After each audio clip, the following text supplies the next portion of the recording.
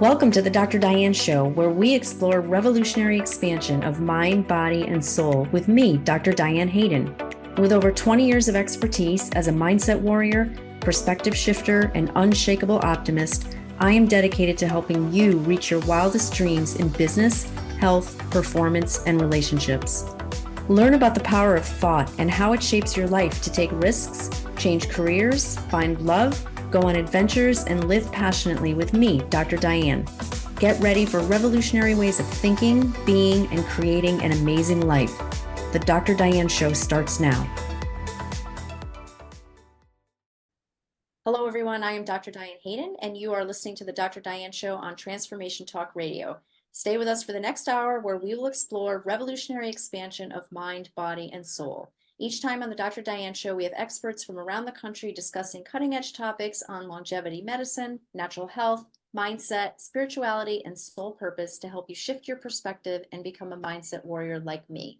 I'm excited today to have with me Beverley Blass. She is a modern Renaissance woman with a multidimensional background in healing. Beverley is an integrative, intuitive, and spiritual healer offering soul-centered hypnotherapy, body-centered psychotherapy, colon hydrotherapy, life coaching, and more. She is also on the faculty at Hartford Family Institute in Connecticut. Beverley focuses on her clients' whole body experience using spiritual, physical, mental, emotional, and energetic healing, working with you to create an all-encompassing tapestry of transformation. And you can learn more about her at www.beverleyblass.com. That's BEVERLEYBLASS.com. So welcome, Beverley. How are you today? I'm great. Thank you. That was a really nice introduction. Thank you. Oh, of course, of course. So I'm excited to learn more about you, as I'm sure our listeners are. And I normally like to start these shows by just finding out a little bit more about your journey. Where did you come from? And kind of what brought you to doing what you do as, an intuitive and a spiritual healer. And then obviously we'll talk more about what you do specifically, but tell us a little bit about that journey. Well, to start with, I'm Scottish. I grew up in Glasgow, outside of Glasgow, in the country, more or less. And I was very grateful because I was free to, in those days, you could go out and play and you're free to roam. And I was very connected to nature from a very young age and could see things and have experiences that weren't your everyday occurrences, is what I found out later. I had a neighbor whose name was Mr. Dryden. And he was an avid gardener, and the weather was perfect for roses and sweet peas in Scotland. And he would tell me at a very young age to go sit under the sweet peas and be very quiet. And if I was, the fairies would come. That's awesome. And did they? Yes, they did. Okay. But I thought that everybody saw that. Right, exactly. Yes. As a kid, yeah. Yes, but he saw them. So he shared that experience with me, and it was magical. And I've had experiences that throughout my whole life. I'll tell you one that was very interesting in New York City about fairy. But that, led me to believe that I was a little different. I could see with other children that they didn't see what I saw later on. So that started me off on a different pathway. So when I look back at that, I can already see that something was different and I was not about to go down a regular path. Yeah. And, did your parents encourage that? Because I feel like a lot of children will see things and then it kind of gets squashed by their family or, the mindset that the family has. Yes. Well, yes, that did happen. And so I was very careful as I got older to just keep these things to myself, especially when I saw other things that weren't fairy. There's a balance between light and dark, and I experienced both. And I had no idea at that time what was happening or even what it was. And nobody could explain it to me. What they ended up telling me was that I was dreaming. But it was in the daytime. Do you know Right. what I Like while you're awake, you're awake. Right. So it was very frustrating as a child to go through these things and not get connection for it. Yeah. So that was the beginning. And later on, as I grew up, we traveled all over Europe every summer. And that was a very freeing experience in terms of seeing different worlds. And when I was about 17, 18, we actually went to Israel. And I met someone there. And over the next couple of years, we kind of went back and forth, Scotland. He was from the United States. And that's how I ended up in America. But it was a real culture shock at first. I mean, we speak the same language, but it's a very different kind of, you know, um, especially in New England, where I came to first. Right. I was going to say, did you come to New York or Connecticut or? I started off actually in Massachusetts, and then we ended up in New York. But that was, even New York was friendly. It was open. I felt, familiarity there. Whereas in Massachusetts, where I was at first, it was like a whole different planet. A whole different planet. Us New Englanders are tough. Yes, you are. Because, it's like if they don't know you for a long time, it's very hard They to don't trust you. No, they don't. And I had that experience, but I did go to college to Bay Path. Yeah. And that was a wonderful experience. So And how'd you get involved in alternative health? Like I'm thinking, okay, you know you have this gift, let's say, and you know yes, you're a little bit different. You come to the right. US, you go to Yes. college. Yeah. And at what point did you start to go down the path now of actually knowing you were going to be this type of practitioner? Well, I didn't accept through my own healing. What happened to me was I wasn't well, and I was diagnosed with an autoimmune disease.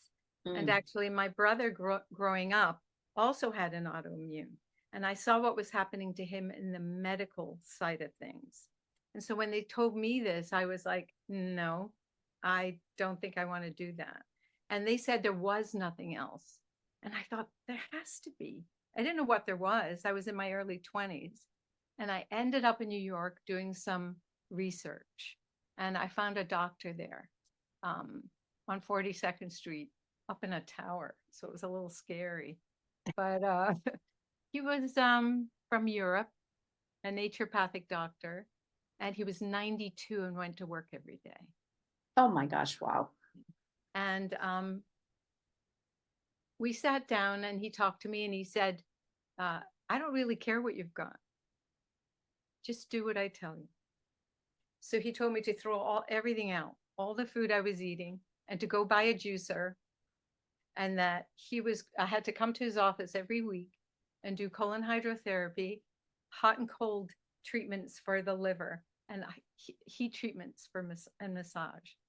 Now I was in my early 20s, and I just looked at him and said, I'm just a kid. I don't have the money to come to you every week. And he said, I'm 92. I don't need your money. Just show up. Wow. And that was the beginning of my healing for me. And I did what he told me. I juiced, and he wouldn't let me have grains. Like, this was back in 1980, 81. Nobody was talking about this back then. Exactly. And there Yeah. wasn't even the choices that you have today. But Yeah. I felt committed. I felt like, he's strong. He goes to work every day. He's, vibrant. He's got a full head of hair. He's doesn't miss a beat. So I thought, okay, You must be doing something right. he must be. And so Yeah. I did that for quite a long time, but all my symptoms started to go away. Yeah. And I thought, after a while, if it helped me, it's got to help other people. How do I do this? Yeah. And that was my first path in New York City, where we had moved to decide to go to, massage school get trained in colon hydrotherapy. And I also went to study with Arcus Flynn, who was a Dominican nun, an ex-Dominican nun, who had a little herbology school down on East 6th Street behind her apothecary called the Meadowsweet Herbal Apothecary. So I immersed myself in everything I could learn about how to help people. So you've mentioned colon hydrotherapy a couple times, Yeah. and that's one of the modalities that you do. But let's Okay. explain that, because I Yeah. know people have probably heard the term, or maybe some listeners have never even heard of colon hydrotherapy. They may So not have. they know what the colon is, I think, and they could Yes. probably put two and two together. But I think It's there's a your, lot of misinformation about it. So yes, yeah, just explain what exactly is it, and then we'll get into more. yes. It's a cleansing of the large intestine, which is called your colon. You have about 5 feet in there, all looped up. So, when you're born, it looks a certain way, but as we grow, as the foods we eat, it changes. And, a lot of processed food came into the world, in the 50s, 60s, and it really changed how your digestion functioned. And I think a lot of what happened to me was I was allergic to gluten, wheat, dairy, and they didn't know that back then. So if you go down that road, things start to happen. And what a colonic does is it's very gentle. It's just filtered water going into your colon and back out. So it's hydrating your colon. But as it does that, you're eliminating waste with the water, and you're lowering the toxic level in your body very quickly. So this might seem a naive question to you, but I'm going to ask it Yeah. because, like, things pop into my head. I'm like, I bet someone's thinking this. What's Yes. the difference between that and an enema? Okay. An enema, you're using a little bit of water. You Yep. put it in, you hold it, and then you go to the bathroom. Okay. With this, it's a continuous flow of water. So it's gently going up into your colon. So it's the difference between, that bag and maybe, 20 gallons of water. Wow. But it's going in and coming out, going in and coming out. So it's a very gentle flow. And right from the beginning, I felt it was very important to be very connected to the client in that kind of situation. It's a very personal, intimate connection. And I felt that it was very important to build trust and safety in that kind of experience. Right. And people feel very different afterwards because you're giving your body the ability to rejuvenate itself.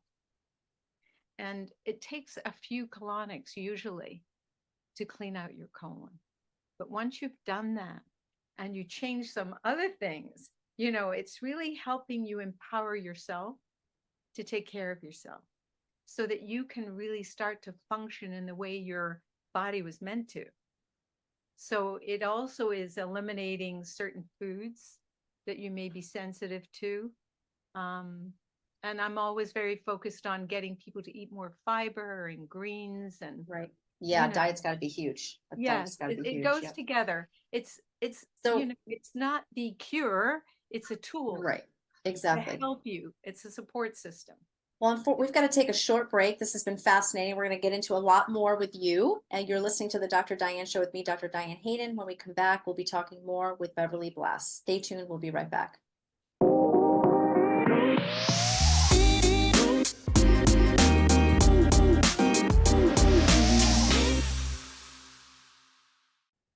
We're back on the Dr. Diane Show with me, Dr. Diane Hayden. Before we continue, I want to make sure everyone knows how to contact me. You can find me at www.drdianehayden.com or at either of my two publications, www.naturalnutmeg.com and www.essentialnaples.com. And you can learn more about Beverley Blass at www.beverleyblass.com, and that's spelled BEVERLEY BLASS.com. So just before we took our first break, we were talking just a little bit about, you were explaining to us what colon hydrotherapy is, what someone can expect, Yes. for the procedure. And I'm curious, like, how do you get trained to do that? What's the training entail? Well, there is certification training. I'm and have been on the board for the International Association for Colon Hydrotherapy for many years. I've been a past president, and what we do is we try to regulate colon hydrotherapy across the board and create the curriculum that students have to train in order to become a colon hydrotherapist. So it's really state by state how this is working. And in the state of Connecticut, unbeknownst to us some years back, um, the Medical Society had passed a ruling that only doctors could practice colon hydrotherapy. And we really had to gather together and get a lobbyist and a lawyer and, fight for, you Yeah. know, um, for us to be able to continue to work. And so, understanding that, we they they gave us the certification for what's called IACT. So in Connecticut, if you have that certification plus other states now, you can practice. So it's slowly becoming a much more looked on as a profession. Right. And, it's so close to my heart in terms of what it can do.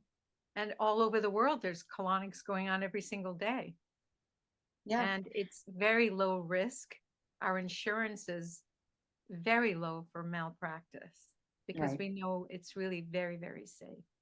So you mentioned you were introduced to it because you had autoimmune disease. And I'm glad you brought up the whole thing with gluten because I think we're learning more and more now that that is a major, if not cause of autoimmune disease. It's certainly going to affect it in a negative way. If you have an autoimmune disease, you should Okay. definitely, not be eating gluten because, all the processing that they do to it in this country, it might still be Yeah, okay in some European countries, but definitely not in America, right. unfortunately. But Unfortunately. what other types of health issues do you find people come to you for colon hydrotherapy? I mean, I know it's probably anyone could do it, obviously. It's Right. great for just a Yeah. cleanse for anyone who's Well, looking for that, but yes. I mean, there's contraindications to this. Not everyone can okay. do it. If you have a heart condition, if you have kidney disease, if you have any itis going on in your digestive system, you're not having a colonic. Right. You really need to work with nutrition and, other layers to see what's going on there. And so not everyone is a candidate, but if you're looking to, for prevention, the what's sold in this country in terms of laxatives is billions of dollars, billions. So that tells you something Yep. in terms of what's going on in people's digestive systems. Everybody's constipated. Right. Everybody, Yeah, and nobody talks about it. I know. But it's one of the things that can really lower your energy. You feel sluggish. You feel like, like everything is much harder to do. Mhm. And there are ways to really solve that situation, especially with the support of colon hydrotherapy. And Right. there's, it's, everybody imagines what must that be like. And it's really like you and I are having this conversation and there's colon hydrotherapy going on at the same time. So it's very gentle. And most people will say, is this it? Right. Is And it happening right now? right. And it's because it's that gentle and that comfortable for most people. Yeah, I think it's like acupuncture. A lot of people are afraid, to try acupuncture. And if you've ever, had it done, Yes, it's like you can right. barely feel or not even feel the Exactly. needles at all sometimes. But it's Right. just that the idea of It's like, the idea. somebody Yes, sticking you with that. And of I think course. this might be similar to people are like a little hesitant, like, what's really going to happen? Right. Exactly. So And it's that's good. why Yeah, you build, you really try to, it's about building trust and right. really allowing a person to really sit with them to understand what the process is like. Exactly. Exactly. Yeah, I'm glad we're having the discussion for sure. Yeah. But that's not all you do. You do No. have a lot of other modalities that I want to make sure we get to. So tell us more about your journey as an intuitive therapist. Well, that's again going back to my childhood and seeing things in on a different perspective. So that happens in my work. And I learned how to use that. But what really was the motivating factor was when I opened up a center in New York City, and part of it was the colon hydrotherapy. People would come in, and it wasn't about that. There was so much more going on underneath, emotionally, spiritually, lack of connection, understanding, loneliness. And I thought, gee, I mean, I really want to help these people, but I'm not sure what direction to go in. And of course, divine intervention, I met the founder of Hartford Family Institute, Mhm. Mr. Alpert. And to me, that connected straight away, because with body centered psychotherapy, you're not just talking from the head up, you're including every cell in your body that has memory, has meaning, has consciousness, has awareness. So I decided to train and go through that whole process at the Institute. And that was many years. It wasn't an overnight situation, but I was slowly incorporating it into my work. And, I'd opened up, we had moved to Connecticut. I was going back and forth to both centers for a long time. But I went into private practice. And now I also am on the faculty, as you said before. I help train therapists, but it's in a more meaningful way. Body centered psychotherapy, we also use Native American imagery. We use guided imagery. We use Gestalt therapy. Alexander Lowen's work on body structure. So you're incorporating, and we also use your connection to spirit, because we're more like you understand in terms of we're not just one thing. We're a body, a heart, a mind, a soul, and a spirit. And so Right. that work laid a huge foundation for me in once you've really moved the toxins out of your body, now what? What's really going on in there? And so Right. it's an exploration for people to really understand themselves in a more meaningful way. Well, I love the term body centered psychotherapy because I feel like, my belief, and I'm sure the belief of a lot of listeners, and obviously yours, is that, disease starts in your energy field, really. And Right. that has to do with, what kinds of emotions are you having and what kinds of relationships are you having and what kinds of things is your brain saying to you and all this stuff that, Yeah. that is so much more than just, okay, this one issue that I'm having. That Mm. issue probably started because of looking at, look at the whole picture, not Yeah. just, okay, let's just try to fix this one issue. Right. So it makes total sense when you say people were coming to you for colonics, but then you talk to them and it's more like, It's a oh, lot more. Yes. right, there's all Yes. this other stuff that gets unpacked. Exactly. And Yep.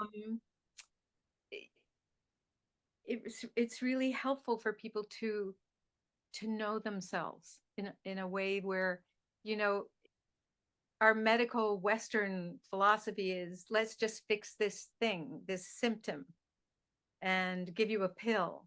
But it's not really taking care of a much deeper layer that's going on inside of you. And to be honest, most of the people that come into my office, no matter what it's for, it's the child in them that's coming into the office. It's not really the adult. Mhm. And so it's integrating how to integrate what happened in your childhood that may be blocking you from living your full potential in your adulthood. And where are those blocks in terms of, understanding? You talked about the energy field that we have, we are a ball of energy, and we have energy that goes through our whole system called the chakras, and they're affected by what happens to us. So it's working with the energy of each layer in terms of your root chakra that goes all the way up to above your head. So you have three lower ones and three above, and your heart is the bridge between both. So that's what's really disconnected, is your heart. So the work too is, how do you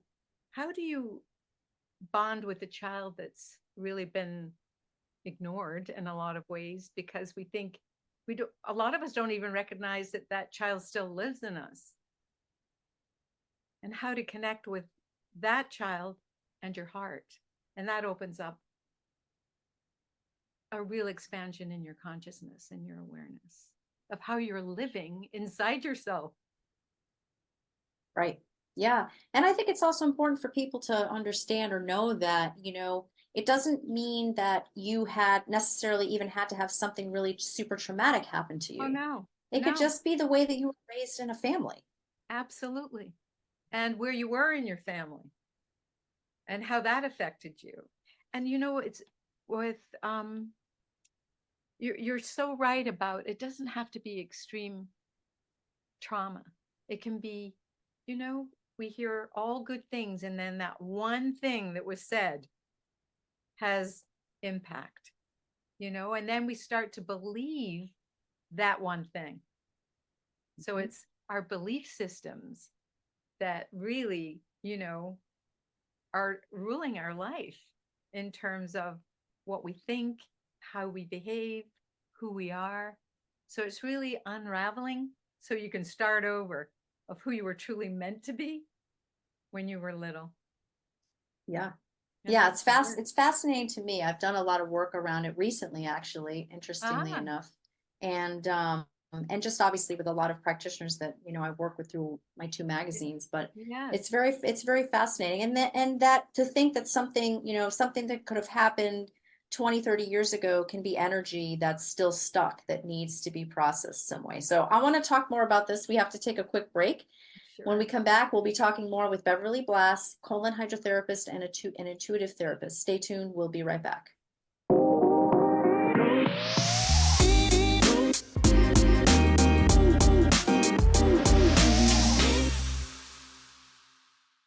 We're back on the Dr. Diane Show with me, Dr. Diane Hayden, and I'm talking today with Beverley Blass. You can learn more about her at www.beverleyblass.com. That's BEVERLEYBLASS.com.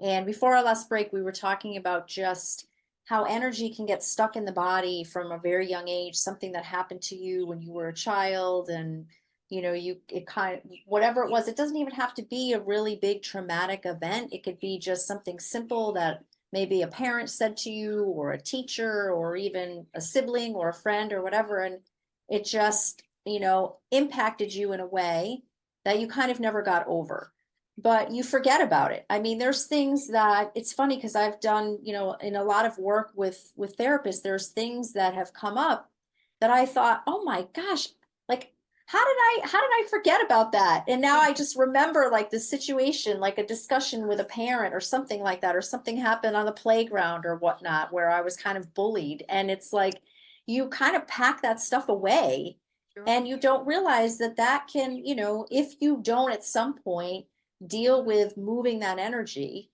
I believe it can, that's what some of the, contributors to Yes. disease are. Well, just what you said was so important in terms of packing it away. Yep. Like, that has meaning. It's like, where are we packing it? How is it affecting us? And how is it helping us, stopping us from really being fully in ourself and having ourself? You know, very often when we're kids, it's the other person that's more important. What do we give up in ourselves to make the other person happy? And that has, that accumulates over time, because we learn, what is it that we're seen with? And, just being yourself, then we realize, oh, maybe we're not enough. Maybe we Hmm. have to do this and this and this in order to get something that we need, Right. you know? Yeah. And Yeah. it could be, pretty deep in there that you don't even think about it You for don't 20 even, years or more. or more. Yep. Absolutely. Yeah. Yep. So when we were on break, you were talking about an experience that you had in New York. Yes. So Yes. tell us about that. Well, I think it was so fascinating because, again, it's coming back to my connection with nature. I'm sure people have heard of Findhorn and how it's a community in Scotland where they grew the biggest flowers and vegetables anybody had ever seen. And it was their connection to the elementals and to fairy that they communicated with, that helped and showed them where to grow things. Oh, wow. That's So fascinating. I was always interested. But I have a mentor in New York who gave me a book called The Secret Lives of Elves and Fairies by a Reverend Robert Kirk from the 16th century. And it was a manuscript that had been found, that it was his story about what happened to him. And it was left for his son. So I was like, oh my gosh, where did you get this book? And she said, Barnes and Noble. So I said, oh, I've got to go get another copy. So the next day I went to 83rd and Broadway. It was huge Barnes and Noble, up the escalator, standing there going, oh, I wonder where they would have books like this. So I thought, well, it's probably over there. And I'm still standing there wondering. And a man came up to me and he was wearing like a black hat and a heavy coat. I didn't really see his face. It happened so fast. And he came over to me and he said, I think this is the book you're looking for. And he handed me The Secret Lives of Elves and Fairies. No way. Absolutely. And I was, I looked at it, and when I looked up, he was gone. And I looked all over for him to, like, how did you know that I couldn't figure this out? And it had such impact on me. And I do believe now that it must have been Robert Kirk. I can't think of who else it could have been. But Right. remember, he's from the 16th century. So it was, every year I went home to Scotland, I thought, I have to go to, there's still his kirk there and his church. And there's a hill behind it, a big hill, takes 2 hours to climb it. But what happened to him was he decided to go live with the fairy realm. He went in this huge, what they call a howe, HOWE. And he left the story of what happened to him for his son. So, I mean, I eventually did get there and climb that hill. And, but it had such a profound effect on me in terms of my intuition, the work that I do, in terms of expansion of what's possible. And also that to believe in possibility. And how did that happen? So we go back to the energy field and that connection and my childhood. I feel like, that tapestry is being woven, even if you don't see it right away.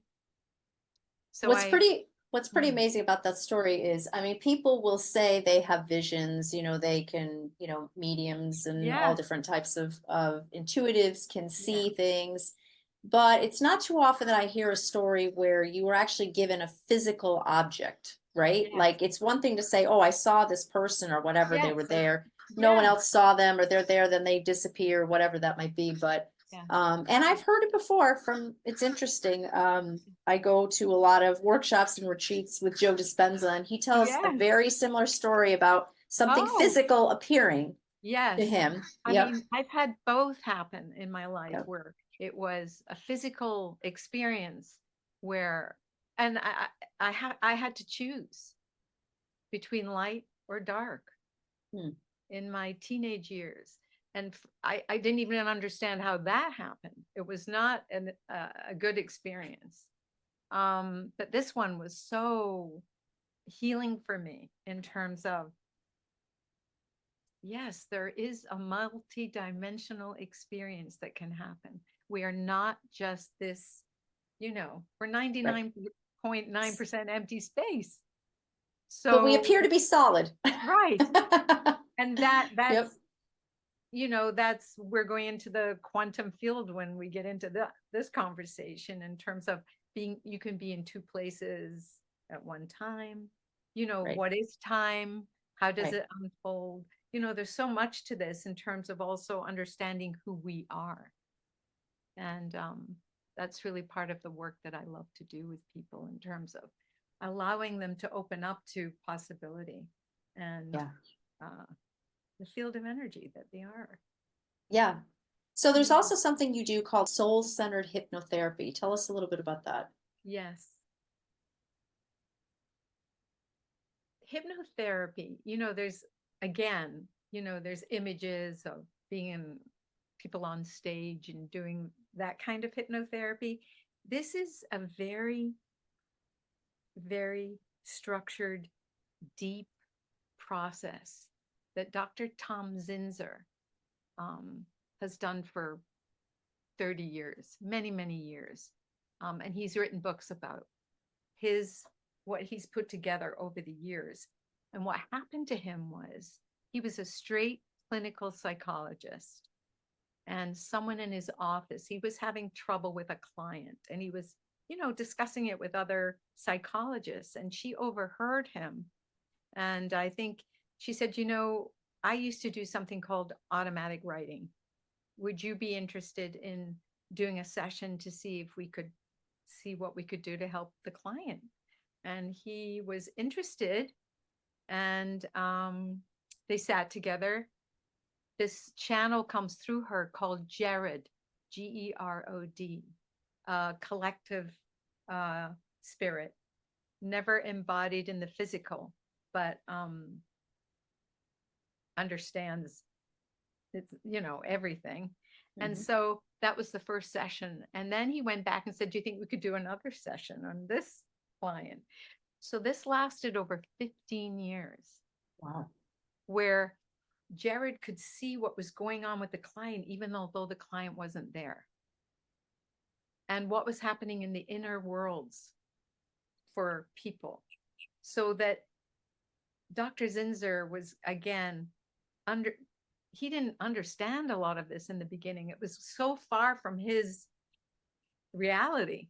Right. So over time and working with Jared, he put together this whole understanding of what happens to a person on a very deep level in the subconscious, where even when we have some blocks and we think they're this, and we're working with them and nothing seems to be changing, then to do the hypnotherapy, you're bypassing the conscious mind.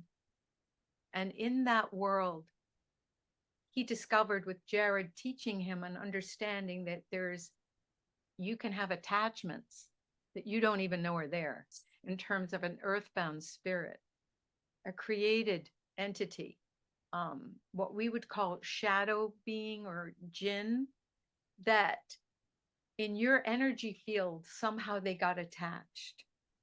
And that can be affecting what's happening in your life, and you don't know it. Or they can be what you call ego states, which are young children that live in you still, that if you go in there, they're still living as if they were whatever the experience was.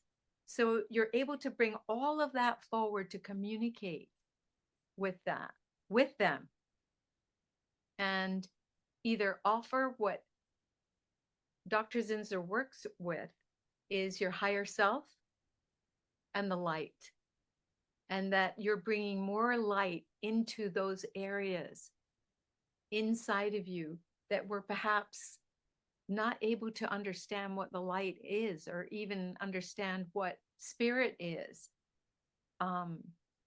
because of their own, what they are. And I don't want to say it's evil, because it's not. We have light and dark, and they can be from darkness, and it's all cleared on this deep subconscious level, and you communicate with it. And what can happen too is you can bring in from a past life an ego state or something else that can come in with you, and you don't even know that that's happened. And again, we're talking about consciousness and awareness, and how as a soul, what are we? And when we look at past lives, some people say, but maybe that's not possible.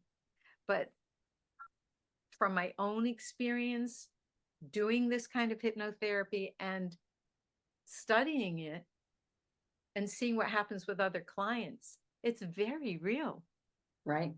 Yeah. And Yeah. Well, this is fascinating.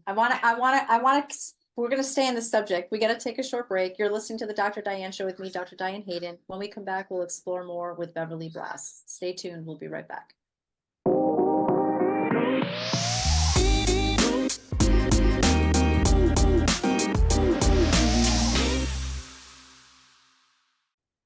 We're back on the Dr. Diane Show with me, Dr. Diane Hayden. I'm talking today with Beverley Blass. You can learn more about her at www.beverleyblass.com. That's BEVERLEYBLASS.com. And you can find me at drdianehayden.com. So before our last break, we were talking about some fascinating stuff. It's interesting. This gentleman that you're talking about, this doctor, reminded me a little bit about Edgar, like what I've read about Edgar Cayce. And yes, so, let's pick up where you were talking. I mean, we're basically talking about how different entities, let's just yes, say, can get become attached. attached. Right, Yes, and you don't even know it. right, So something's not right, perhaps, but you can't get a sense of where it's coming from, right, because it's in a very deep layer inside your consciousness. And right, you think, oh, these things can't happen, but there can actually be, they can place energy devices, objects, um, that can really affect and impact your life. And when I heard Dr. Zinzer speak at a lecture, he was the first person in my whole life experience that explained what was happening in my childhood. And that was here it is. This is how right, it comes together for me in terms of having trained with Dr. Zinzer, is I could land in my own truth and my own knowing. And I think for other people, it's so important that they get that connection, because many people I'm not unique in that way. People have things that they've experienced that they don't understand. Everything from, you can go from extraterrestrials to, right. to Yeah, fairy to who knows what. But it gives a field of understanding that, we are so much more than who we believe we are. And it's a great way of allowing people to relax. It's really, hypnosis is mostly self-hypnosis, and it's that place between awake and asleep. yeah, So you're very aware of what's happening, and yet you're able to sit back. It's like when you're driving the car and you go, oh, where was I? How did I get here? It's that kind of place that you go to. And, it's, you're always in control. There's right. nothing that can happen that would, I that would think it's harm you. another thing, like people don't understand enough about it. They're a little bit nervous about it, like, acupuncture maybe, or colon hydrotherapy, like we Yes. were talking before. Yes. But yeah, I mean, I've had many hypnotherapy sessions, and it's not, you're not gonna all of a sudden take your clothes off and run down the street, or whatever the Right. crazy stuff is that they, Yes. that they do in these shows, which make me nuts, because it's I like, why are know. you doing that? All you're doing is instilling more fear and Yes. misinformation, but Yes. it is what it is. So, Yes. but I like your analogy about driving the car, because that's the way it was explained to me the first time. It was like, you've had these experiences where you're just driving down the road and the radio could be on, or you could be thinking about something, and all of a sudden you realize that you did not see like the last half a mile or whatever, Right. however far Right. it was. You're like, who's driving the car? It wasn't me. Exactly. And Right. So, that's a good question. right. That is a Who's good driving the question. car? Who's driving the car? Yes. Yep. So it's, in terms of what I'm talking about, you can see that I am out the box in terms of, Sure. and I believe in not limiting that field of possibility for people, and really allowing them to explore, who they are and what's preventing them or blocking them from really living fully inside of themselves and empowering themselves to be who they truly are, which is just landing in that ground and center, their own heart and their own knowing. And I Yeah. really want to help people, and I love to help people go in that direction. So do you find that someone comes to you specifically for one of the modalities, or is it more like someone comes to you with a complaint, let's say, whether it's a health issue or a Yeah. spiritual issue or whatever, and you kind of weave these things together? Like, how does this all, Yes. all your work connect? Yes. They can come in for one specific issue, and I always do a consult and spend time with a person to really try to understand what's happening with them. And usually by the end of that consult, they have made a choice about where they want to begin the work, because I want to meet them where they're at. So it could be the physical body, the emotional body, or something much deeper. And usually it's a process to get in.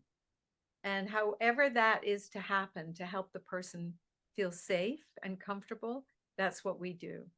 And they can decide, with me, what path and what steps they want to take.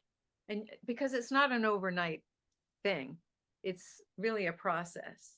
And we map it together. We do it together. It's really a shared, because I want to empower. It's not me. It's not about me. It's about you. And I want to help you discover and, support you and what you feel you need. So it's really a relationship, and we're engaged in the process of healing together. Right. Yeah.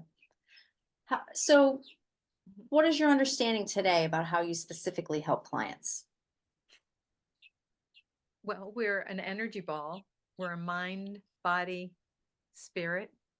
And I think in order to feel power, to feel grounded, that needs to be in alignment. So if you only work on one thing, you've still got other things going on over here. So by my own guidance, divine guidance, I've put together this for me, how to help people on all those different levels. And I really feel like it's a privilege to be able to do that with someone. It's an honor to help guide them, into it's really truly finding themselves. And very often, whatever issues they came in with, they don't even remember what the issue was, because it's so much deeper. You know Right. what I'm saying? Like they make all the connections. You have heart connections that mostly I feel like that's the disconnect. You want someone to really find that deeper place of wisdom inside their heart, their own knowing, their own understanding of who they are. And that's what I want to help you with. Yeah, I love that you said that, because I think so many people today just don't trust themselves. Yes. That's really what it is, right? It's that, like you're talking about, that connection. Most people live so much up here and not down here, and they're not connected to what their body is, how their body tries to talk to them. They're not connected to their feelings. And they're just, they don't trust themselves. Right. And they feel like um, they've drained that energy, that life force that makes them, we'll call it chi or whatever you want to call it, is sitting. It's sitting there vibrating, but it's not able to come into the fullness of aliveness because of that, because they don't feel like they know themselves and that somebody else should know. Not true. The person that knows yourself the best is you. And it's really, that is the discovery, is coming home to yourself and who you truly are. Yeah. Yeah, that's really beautiful. I love that because again, yeah, I think a lot of people are looking for someone else to Yeah. solve the issue for them or answer their questions for them. And I love about, that's really the essence of what you do is you teach people how to do that for themselves and how to Yes. get connected to themselves. Yes. Yes. Yeah. And Well, the heart knows so much more than, what we're taught. of And, course. and, science is proving it. Yes, this is true. Yeah. Well, this has been so awesome. Thank you so much. Again, people can learn more about you and reach out to you at your website, beverleyblass.com. And I want to thank you for spending time with us today. This has been fascinating and a great, great conversation. Thank you And so much. you're welcome. I want to thank all of you for tuning into the Dr. Diane Show. Please join me the first and third Thursdays at 11 a.m. Eastern, 8 a.m. Pacific. Next time, we'll be discussing more about the power of thoughts and beliefs and the impact they have on your life. Have a great week, and I'll see you back here next time. Thank you for tuning into the Dr. Diane Show, revolutionary expansion of mind, body, and soul with me, Dr. Diane Hayden.